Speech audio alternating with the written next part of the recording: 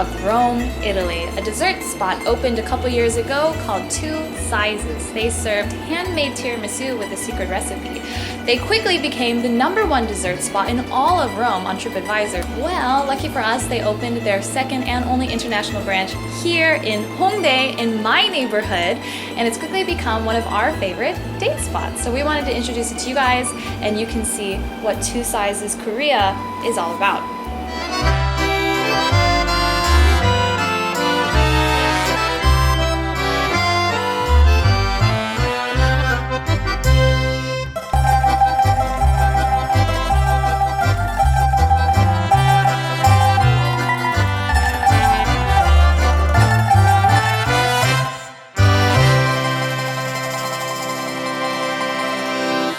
Okay, so guys, we thought it'd be a really good idea while we're having a little date to invite you guys along, but we wanted to just kind of reply to some of the comments and questions that we get, and you guys have been leaving a lot of questions and comments on some of the videos that we've done, and keep leaving them.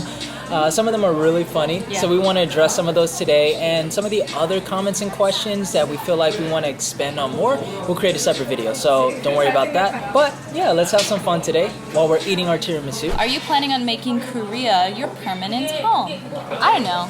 There's a lot of benefits to living here, especially as, say, like, if you're not married, if you're young, if you just want to try out a lot of things, you don't have kids. I think Seoul is a really great place to live.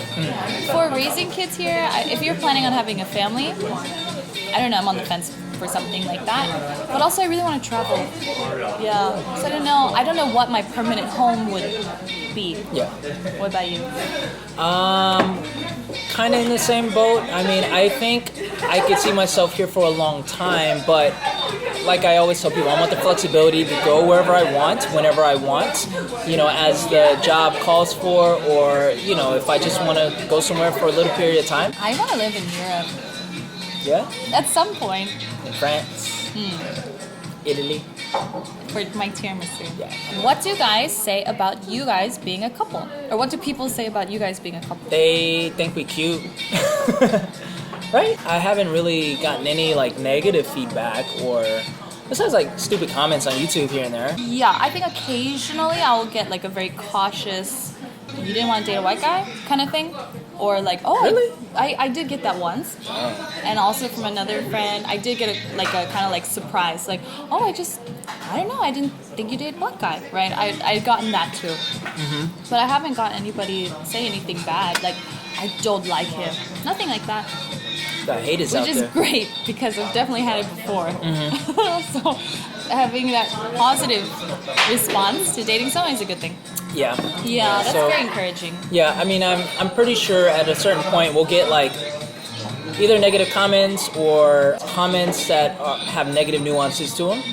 That's whatever. I think we both know that it's a possibility. It's probably going to happen. Sure, of course. It's whatever. It's inevitable, frankly. And also I think the fact of our backgrounds, our racial backgrounds, it doesn't matter what side you're on the fence, someone will always have something to say about it. Because I don't think, for example, Korean people would be oh yeah, that makes sense. That because it doesn't quite look like two Korean people. Mm-hmm. Or saying black people look at this, but it makes sense. Because also I'm not black. Or white people be it makes sense. No matter what side you're hearing feedback from, you're always gonna get some percentage of people being that doesn't, why? Just because that's the unfortunate behavior of these, I don't know, people who just have a single-minded aspect about what racial dating should look like. Right. Yeah. Do people have preconceived notions about you here, as in, can you use chopsticks, or do you speak Korean? Can you understand Korean? Do you eat spicy food? These kind of preconceptions. 100%. Yeah. We deal with it probably, all the time. If not daily, several times a week. Yeah. Just comments of, I've gotten the chopsticks comments, and I'm really? I've gotten spicy foods comment. Whenever I'm at a restaurant and I order maybe spicy food. The weird thing is you get that way more than I do. Yeah. Way more than I do. Right. Because I probably look a little bit, there's a scale of foreignness of how you look. Yeah. Right. And I think I look more foreign than you do. And so I think it's just, inherently just kind of naturally come It's to so the task. weird because you eat spicy food way better than me, honestly. right. Even though I grew up And it's- eating Korean food. And it's not like Koreans are the only ones that can eat spicy food. What is this thing that sets my mouth on fire? It never comes from a bad place, ever. No, it's mostly like trying to be considerate. Yeah, I mean, it's just assumptions as well about, our ability to speak Korean. I dealt with this literally yesterday, but I deal with this all the time where I was at a restaurant and there were two waiters that really, served me. And the first one, insisted on speaking English, to the best of his ability, but I spoke Korean the whole time to him. But he kept wanting to speak English, so that puts me. I just don't like that, It puts you in a kind of funny spot. Yeah, because I'm like I'm in your country, technically my country too, but he doesn't know that. I'm in your country, and I'm respecting the culture to in your eyes, And speaking Korean better than he is speaking English. yeah. So when I left, again, he just said, I said 감사합니다, and he was like, have a nice day, and then it's really nice, obviously, but like I still get that. So, this is a good question. How does Becky feel about tanning? Ooh, how do you feel? Trying to look like me? I don't know, like I don't feel I mean, I understand how maybe this could become a difficult question. It could. But the way that I view it is just you have your natural skin tones and some people are affected by UV rays or tanning booths or the sun, and you have a range. Like for me, when I properly am out in the sun all the time, like when I was living in California, I get fairly dark. I get kind of like caramel, right? And I just tan very naturally, and it can get much darker than what I am now.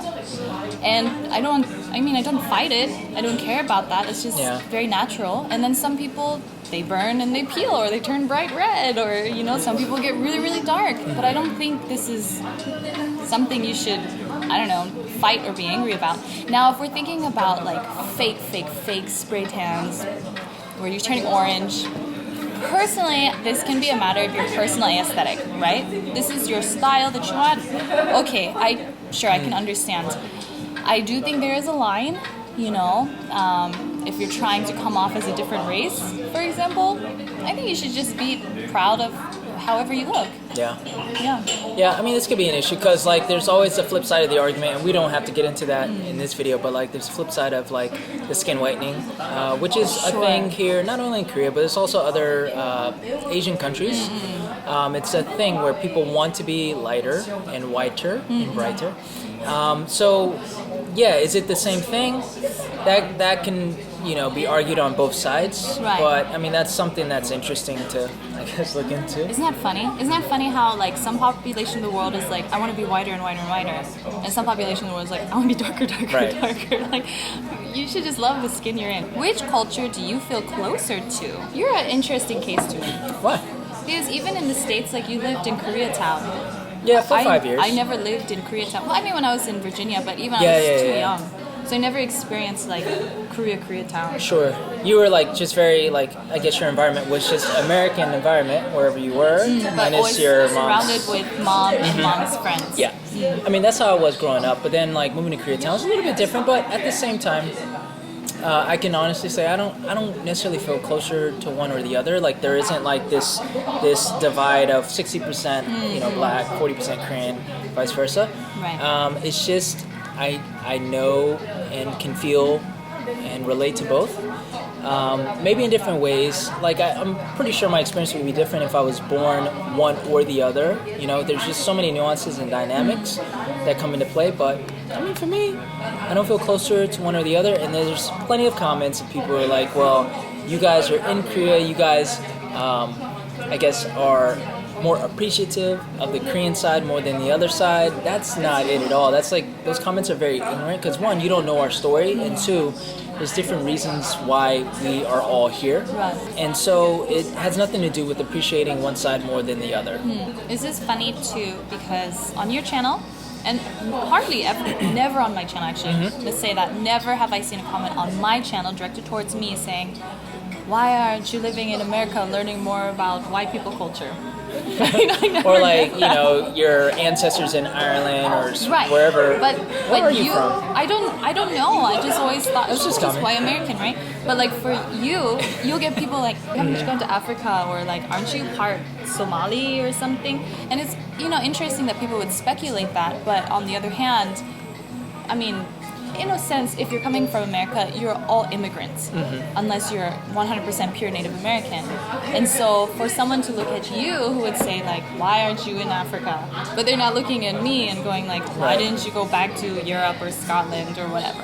Man, again, there's It's so really many. complex. It's very complex, you know, because, you know, there's the element of, you know, my ancestors were taken, Right. you know, versus willingly going. And so, I mean, the point is, I'm in Korea because I want to be. Because not only, you know, do I want to experience a country different from where I grew up, but it's also like I do want to learn and connect with my mom on a deeper level. And for those of you guys that don't know, my father's not here anymore, you know, and so, you know, of course, I'm still connected to my African American side.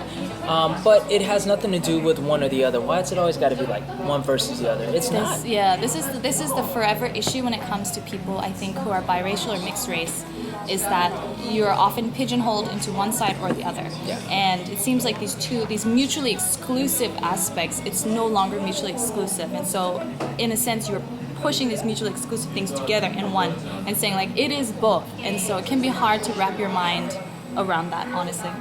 Does she speak Korean too? Ooh. 내가 한말 해? 당연하지. 내가 하지. 안녕하세요. 저는 미국인 아빠와 한국인 엄마 사이로 태어난 베키입니다. 그 혼혈 문화가 따로 있나? 다문화 가족은 어떤 생활을 살고 있는지 나만 이렇게 생각하나? 그래 싶어서 궁금해서 이렇게 하피 파트 시작했어요. No, she's really fluent, obviously. So I collected all, or not all, some of the people that we have heard ourselves compared against. And I wanted to see, do we really look like these people? So we're getting an unbiased third-party appearance to share his opinion. We're gonna squeeze in. We're gonna squeeze in. Hi. This is Joe, and he is running Two Sizes Korea. So if you come visit Two Sizes Korea here in Hongdae, this is the guy to look for. All right, Joe, so we already explained, but basically people always leave comments saying we look like certain people. Okay. Okay, so I wanted to ask you, yes or no, Okay. do we look like these people? Okay. Are you ready? Sure. Okay, the first one. Does Cedric look like O.J. Simpson? But no. No. It's a no. Okay. Really? OJ Simpson has a big head. He has a big head. No, no, he doesn't. I don't think Joe, so. you're being too nice. You don't have a big Nothing head. wrong with having a big head. That's true. Okay. Cedric looks like Okay. President Obama. We the people. I can kind of see that. Really? Oh, we have a little Obama here. Okay. Yeah, I'll take that. Okay, let's do one from you. Ready? Becky looks like Keira Knightley. I do see some similarities. Like if you try to look like her, like you know, makeup and hair, you probably could pull it off. Becky looks like Pocahontas. The colors of the wind.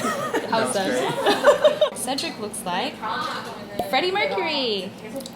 No. Come on, sing a little song of Freddie Mercury. I see a little boy staring at the roof. Mama moves.